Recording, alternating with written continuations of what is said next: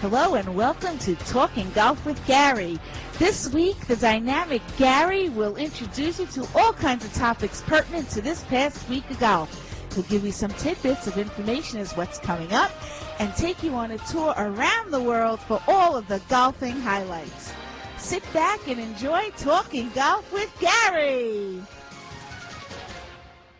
And hello and welcome to episode number 158. 158 of Talking Golf with Gary for April the 2nd, 2012. I hope everybody had a great week.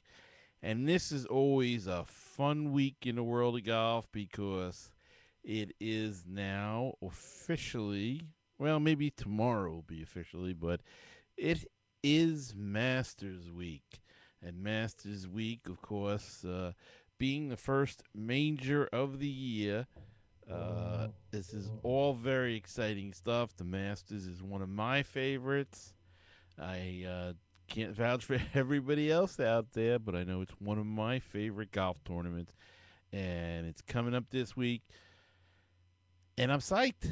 And it's going to be an exciting one. I just have a feeling with Phil playing good, Phil Mickelson playing better, and of course Tiger's game coming around, and Rory McIlroy, and don't forget Hunter Mahan. He's the two-time winner so far this season on the PGA Tour, and he could be a force to contend with. And of course, there's all the others, Luke Donald and Adam Scott and Bubba Watson and all those guys. Anybody has a chance at Augusta.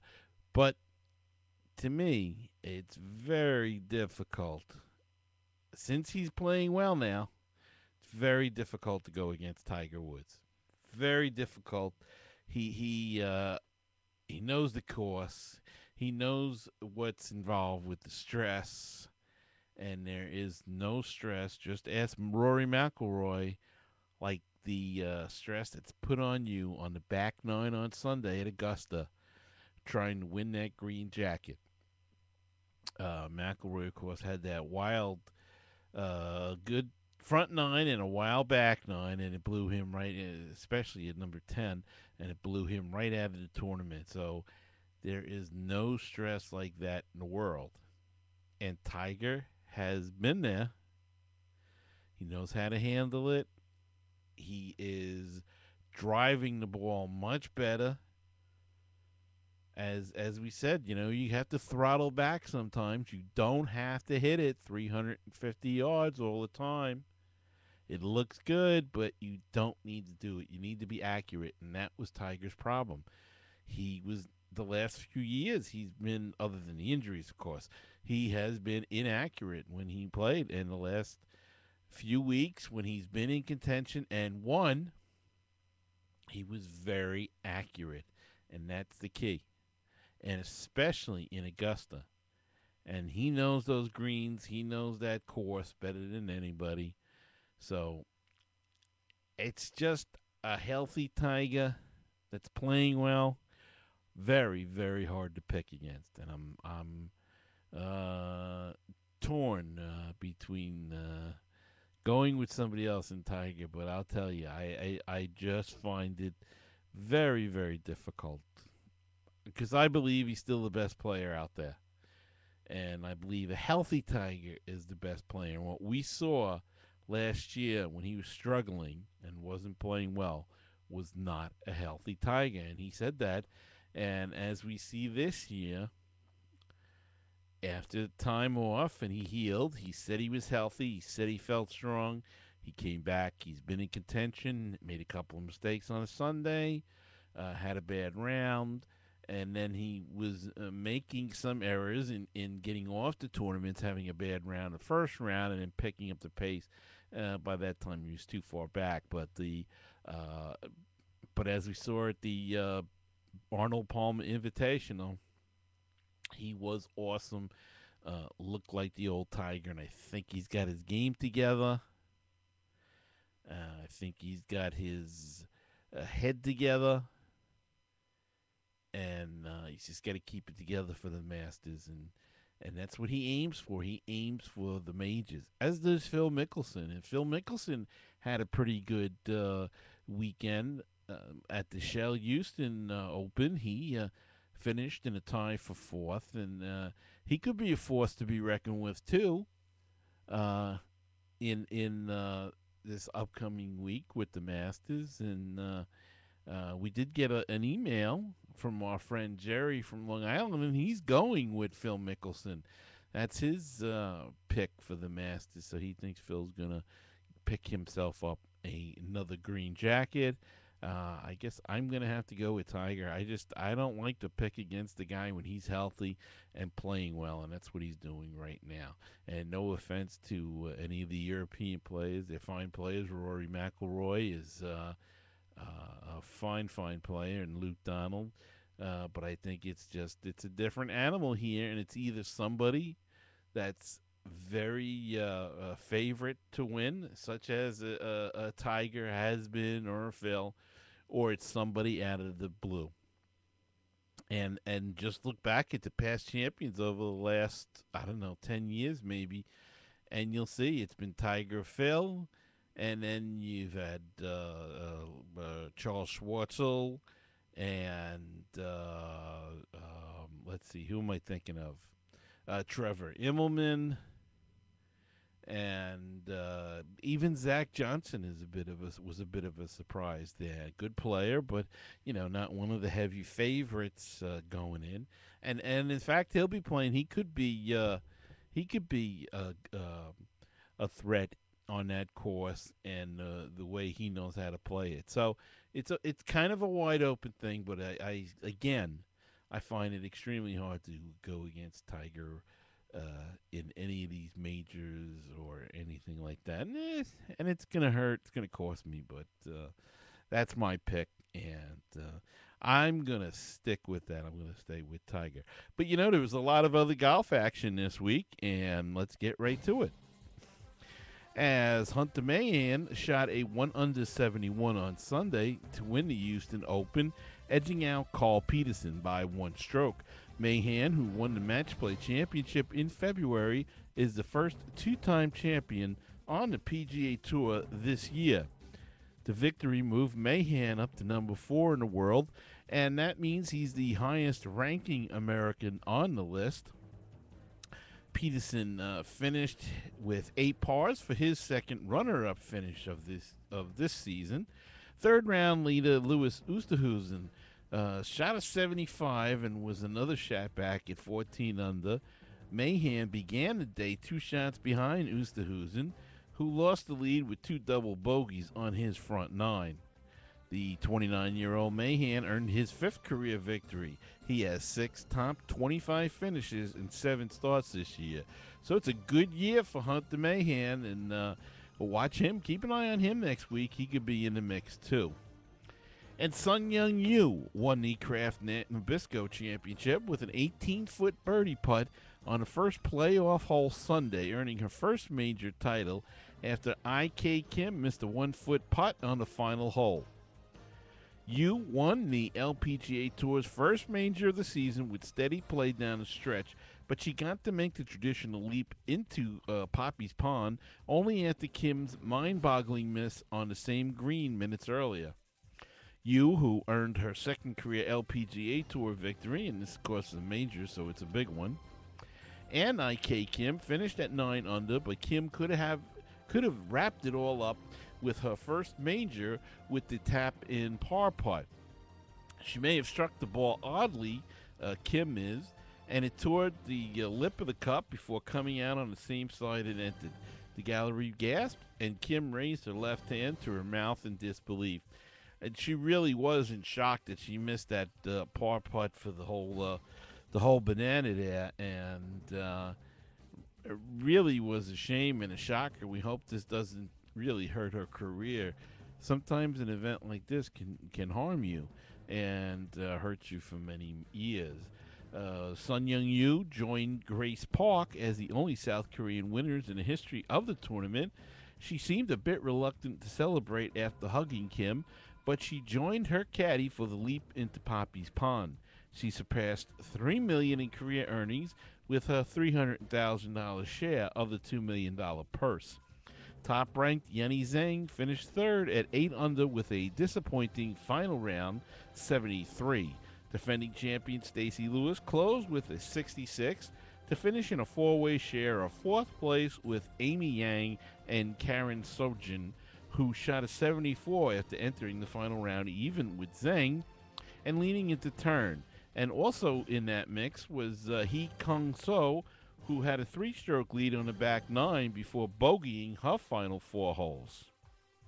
So that was a wild one with lots of the lead changing hands back and forth, but Sun Yu Young was the last person standing and takes home the trophy.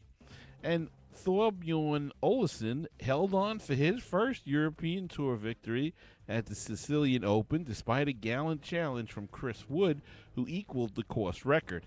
Olesen made 6 birdies to finish with an overall 15 under 273 for his first career victory on the European Tour. Wood picked up 5 shots in his first 5 holes, including an eagle on the par 5 fourth, and tied for the lead when Olesen bogeyed after hitting a wild approach shot to the 13th green. But the 22-year-old Olesen, who led by 3 shots overnight, recovered with a birdie on number 14 and finished with 4 straight pars.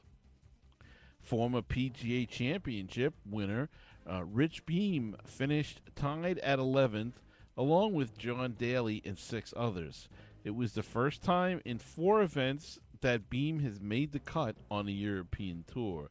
So I'd wonder what happened to Rich Beam, and there you go. He's playing over in Europe now, and John Daly was there, and it's good to see Big John have a top 15 finish in a Euro Tour event. And as I've been talking about the Masters Week, a lot of those players will be back. John Daly will be back selling merchandise. He's not playing in the Masters, but he'll have his. He always has that trail across the street from the entrance to Augusta, and selling his T-shirts and whatever other stuff he has, and that'll be this week. So if you're in the area, go check out Big John's trailer. All right, we're going to take a break right now and be back right after these messages. For all the listeners of Talking Golf with Gary, Audible is offering a free audiobook download with a free 14-day trial to give you a chance to check out their service. Over 75,000 titles to choose from in many different categories, including science fiction, mysteries, biographies, sports, computers, you name it, they have it. To download your free audiobook today, go to audiblepodcast.com/Talking Golf with Gary. Again, that's audiblepodcast.com/Talking Golf with Gary for your free audiobook today.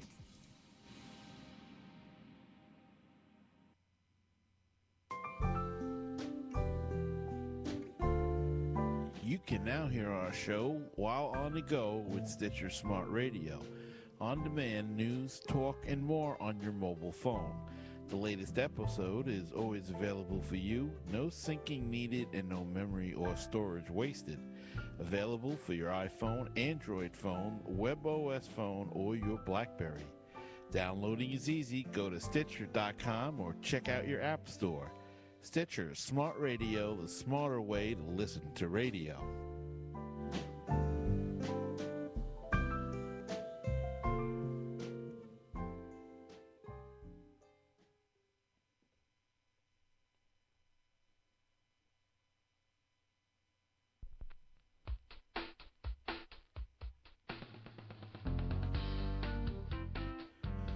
And by the way, if you are watching the video at Stitcher.com, I got to adjust that. At Stitcher.com/Talking Golf with Gary. And don't forget, you could become part of the show too by contacting us at talkinggolf@gmail.com.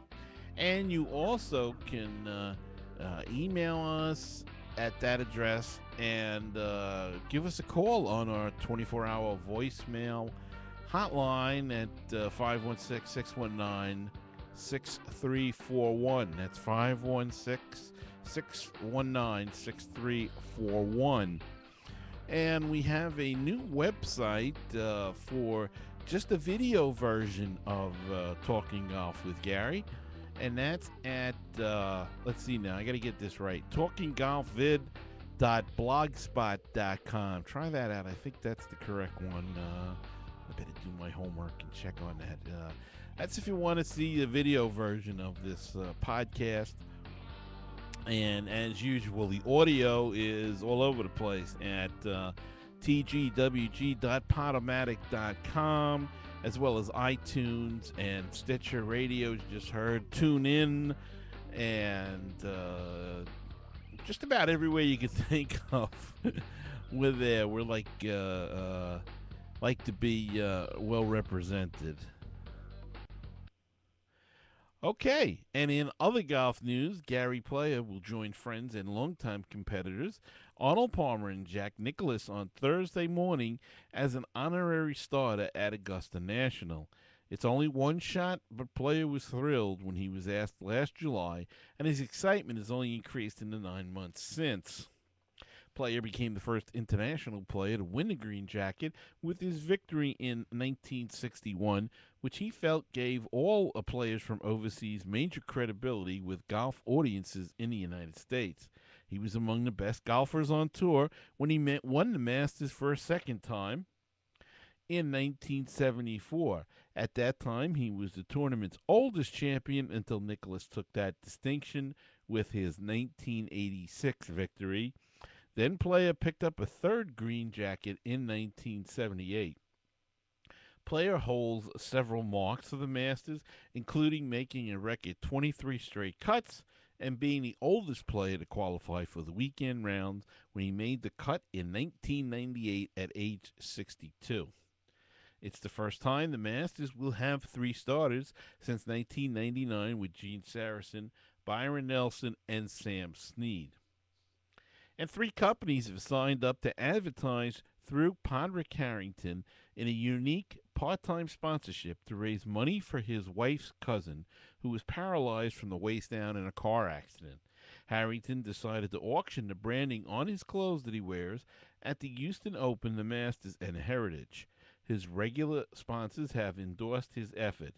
Identity X, Clune Construction, and Blarney.com have taken him up on his offer.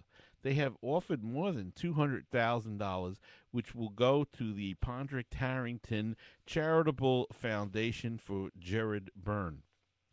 Identity X gets his cap and clothing, while Clune Construction and Blarney.com are taking spots on his clothing.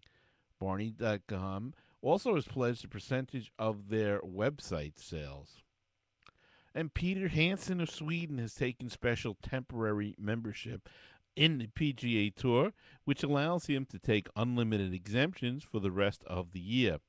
Hansen has been living in Orlando at Lake Nona Club for the last few years as his children get closer to going to school. He effectively was commuting to the European Tour, though because he had no status in America. That changed this year. He reached the quarterfinals of the Match Play Championship and tied for fourth at the Cadillac Championship. With $644,765. That was more than enough to get temporary membership. If his earnings are equal or better to 125 on a money list at the end of the year, he will have his full PGA Tour card in 2013 for the first time. That seems likely. Hansen still has 4 majors and a World Golf Championship that would count toward that. And Phil Mickelson will be wearing a blue hat at golf tournaments to promote a project with sponsor KPMG aimed at buying books for children in low-income families. The public can buy the same hat, and each hat sold will go towards the purchase of 3 books. And Lissalette Newman took her name out of the mix as Solheim Cup captain, because she thought it would consume too much of her time. A series of messages from European players convinced her it would be worth it. So, with that, Newman has been appointed European captain for the 2013 matches, giving the 45-year-old Swede one last chance to celebrate on American soil. She was on the winning team twice in 6 tries as a Solheim Cup player, both in Europe. She was an assistant captain under Alison Nicholas in 2009 outside Chicago, where the Americans kept their record perfect at home. The Solheim Cup will be played August 16th to the 18th next year at Colorado Golf Club. Meg Mallon previously was selected as the U.S. captain. The Americans lead the series 8-4, though Europe is coming off a win in last year in Ireland. So congratulations to Lissalette Newman, who takes on the burden and the job of the European Tour Solheim Cup Championship. And let's move on to birthdays.